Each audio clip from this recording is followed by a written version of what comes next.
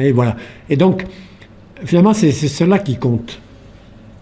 C'est d'abord s'en remettre à Dieu.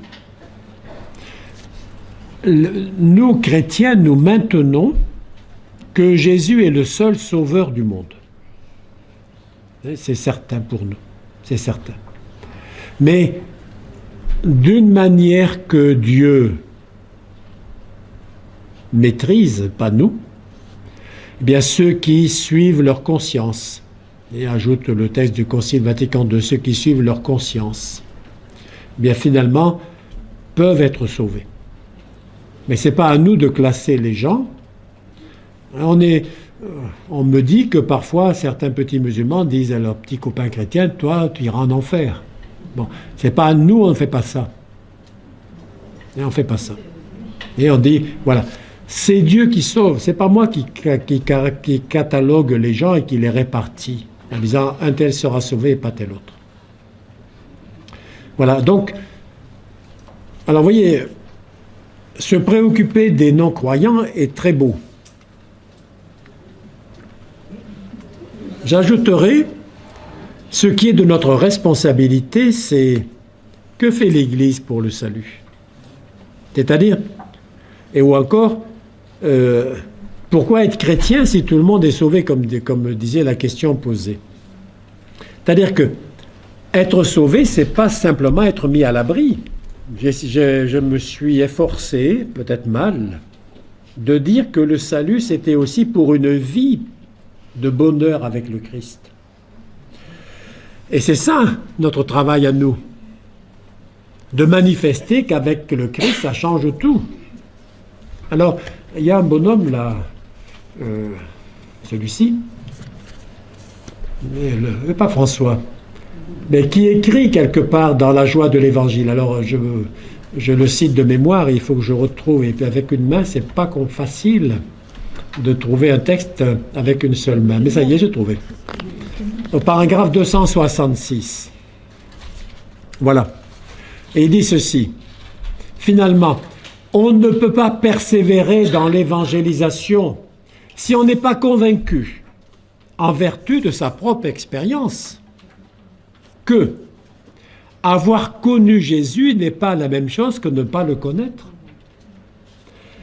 que marcher avec lui n'est pas la même chose que de marcher sans lui à tâtons, que l'écouter ou ignorer sa parole n'est pas la même chose, que pouvoir le contempler, l'adorer, se reposer en lui ou ne pas pouvoir le faire n'est pas la même chose.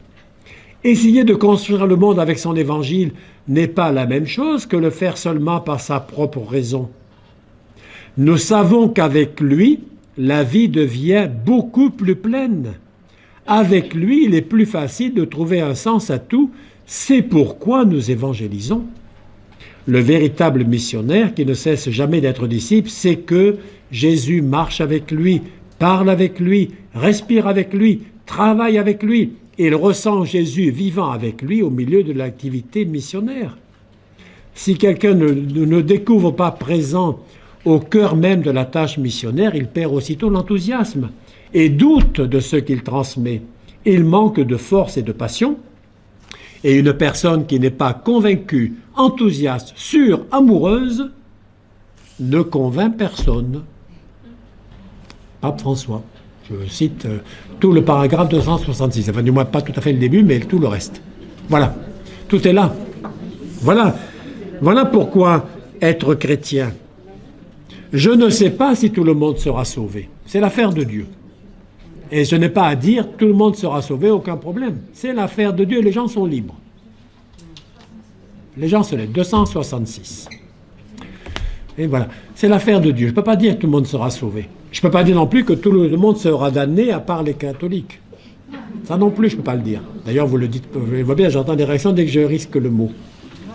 Mais ce qui m'intéresse d'abord, c'est est-ce que moi je le serai? C'est-à-dire, est-ce que moi qui ai la grâce de connaître le Christ, est-ce que je vis avec lui? Est-ce que ma vie est conforme à l'Évangile? C'est ça ma responsabilité. Et ça dépend de moi. Et je ne vais pas dire d'avance, je serai sauvé. Alors j'ai lu une histoire que j'ai un peu racontée l'autre jour. J'ai lu une histoire quelque part, j'aurais pu la retrouver où c'était en italien, ça je le sais, mais donc j'ai lu une histoire où Saint-Pierre est à la porte du paradis, comme chacun sait, et puis il voilà un bon chrétien qui arrive, alors il dit à Saint-Pierre, bon, mais je viens, je pense que j'ai une place. Alors Saint-Pierre lui dit, il faut 1000 points pour entrer. Alors le gars dit, bon, mais...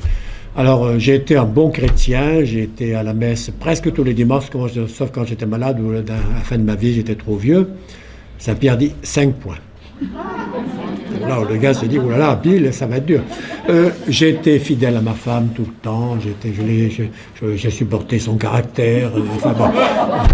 Saint-Pierre dit 5 points. Ça fait que 10. Le gars se dit, mais je ne vais jamais y arriver. Je ne vais jamais y arriver sans la grâce de Dieu. Saint-Pierre dit 990 points. Voilà. Donc, ça montre bien que la grâce de Dieu est capitale. Il faut notre coopération, il faut quelque chose, mais vous voyez que c'est minime. Et bon, c'est une histoire, bien sûr. Hein, mais enfin, ça dit quelque chose. Voilà, c'est Dieu qui sauve. Et c'est Dieu qui sauve. Voilà. Alors, certains ne seraient-ils pas sauvés? Peut-être. Les gens sont libres. Dieu nous a voulu libres. Et la liberté va jusqu'à, devant le salut que propose Dieu, en connaissant de cause, va jusqu'à dire, ça ne m'intéresse pas, je le refuse. Ça peut aller jusque-là. J'espère qu'il n'y a personne. Mais ça peut aller jusque-là. Il ne faut pas l'exclure. Sinon, on est condamné à être sauvé. Entre guillemets. Non. Et nous sommes libres. Il faut défendre la liberté humaine qui peut aller jusque-là. Alors que fait l'Église pour le salut? Eh bien, elle est appelée, nous sommes appelés à vivre de cette vie en plénitude que donne Jésus, à célébrer le salut qui vient nous rejoindre, nous libérer du mal et du péché. J'ai évoqué la liturgie à plusieurs reprises, le mystère pascal, la veillée pascale, le pardon, et l'Eucharistie, bien sûr. Le baptême, il y a une citation que je n'ai pas faite, mais je peux la faire maintenant. Hein. C'est que celui qui croira et sera baptisé sera sauvé. Marc 16, 16. Et la finale de Saint Marc. Voilà, celui qui croira et sera baptisé sera sauvé. Voilà ce que fait l'Église. Elle le fait pour ce groupe d'hommes, qui est une partie de l'humanité, ce groupe d'hommes que Dieu s'est choisi, qui a répondu librement, et qui s'efforce de vivre le salut reçu de Dieu. Et ce groupe, c'est vous ici. Et c'est vous qui en êtes chargés de l'annoncer et aux enfants, aux adultes et à ceux au milieu desquels vous vivez. La joie de l'Évangile, la joie de nous savoir aimés de Dieu, sauvés par lui.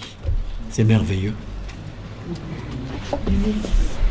Il y a des gens qui ne connaissent pas Dieu, qui ne le reconnaissent pas. Il y a des gens qui ne connaissent pas Dieu, oui. Et qui vivent l'Évangile, notamment les béatitudes. Oui. Voilà. Et donc, eux... Mais je répète, c'est l'affaire de Dieu de sauver l'humanité. J'espère qu'il va sauver largement. Mais je répète, personne n'est condamné à être sauvé de lui-même. J'emploie exprès un mot fort pour me faire comprendre. Hein. C'est l'affaire de Dieu, c'est pas la mienne. J'espère que mon conjoint qui n'est pas croyant sera sauvé. Je prends un exemple, j'en ai pas de conjoint, mais bon, voilà. Voilà un exemple, que mes enfants qui refusent de croire aujourd'hui seront sauvés, je l'espère, je prie pour eux. Mais, je répète, chacun est libre. Et chacun est libre, il faut voir jusqu'où va la liberté. Et puis, vous savez, on peut être sauvé jusqu'au dernier instant. Hein. Vous savez qui est le premier sauvé? C'est le bon larron. Hein. Voilà, et s'il est sur la croix, il y a quelques raisons. Voilà, donc, c'est l'affaire de Dieu. Ce qui compte, c'est aujourd'hui le salut qui m'est proposé, qu'est-ce que j'en vis, moi, d'en être le témoin. Et puis, j'essaie de faire confiance à Dieu en sachant que c'est sa grâce qui me sauve. Et c'est le coup des 1000 points.